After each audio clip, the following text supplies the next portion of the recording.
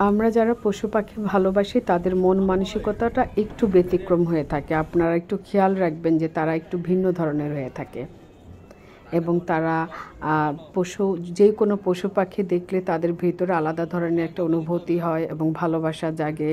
একটু তার পাশে যাওয়া, তাকে ধরা, খাবার দেওয়া, এগুলো কিন্তু করে থাকে। আর সাধারণত যারা অনেক বছর ধরে হচ্ছে কুকুর, বিড়াল, পাখি পেলে আসি তাদের কথা তো আলাদাই।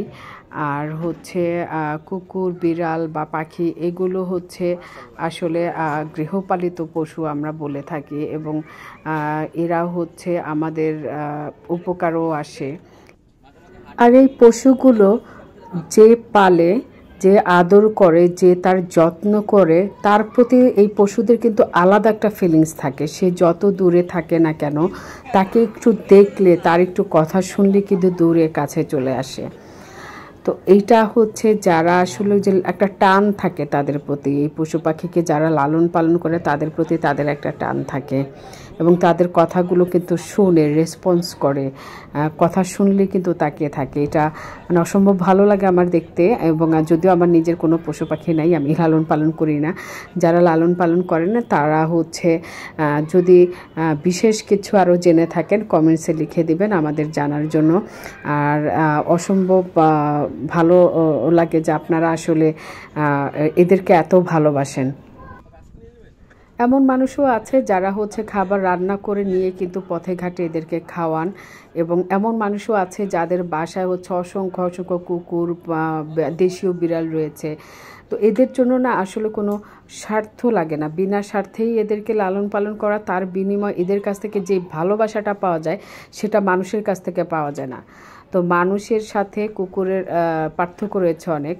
কুকুর হচ্ছে নিঃস্বার্থভাবে ভালোবাসে, বিড়াল হচ্ছে নিঃস্বার্থভাবে ভালোবাসে, একটি পাখিও নিঃস্বার্থভাবে ভালোবাসে, কিন্তু মানুষ মানুষকে কিন্তু নিঃস্বার্থভাবে ভালোবাসে না, স্বার্থের কারণে মানুষ মানুষকে ব্যবহার করে।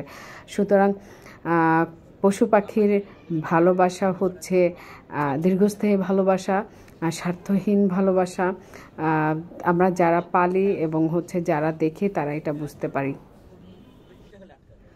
তোমরা যারা হচ্ছে পশু পাখি পালতে পছন্দ করো এবং পশু পাখি লালন পালন করে থাকো তারা কমেন্টসে একটু জানিয়ে দিও মজার মজার ছোট ছোট ঘটনাগুলো কেমন। আমরা বাংলা সিনেমা, হিন্দি বা ইংরেজি সিনেমাগুলোতে দেখতে পাই এরা যেভাবে হচ্ছে প্রতিদানগুলো দিয়ে থাকে, যে ভালোবাসাগুলো এদের মনিবকে দিয়ে থাকে বা যার লালন পালিত করা পশু থাকে তাকে দিয়ে থাকে, এটা আসলে অসাধারণ। সো বাস্তবতা থেকে হচ্ছে ছবি বানানো হয় আর সেখান থেকে হচ্ছে আমরা দেখি, শিখি।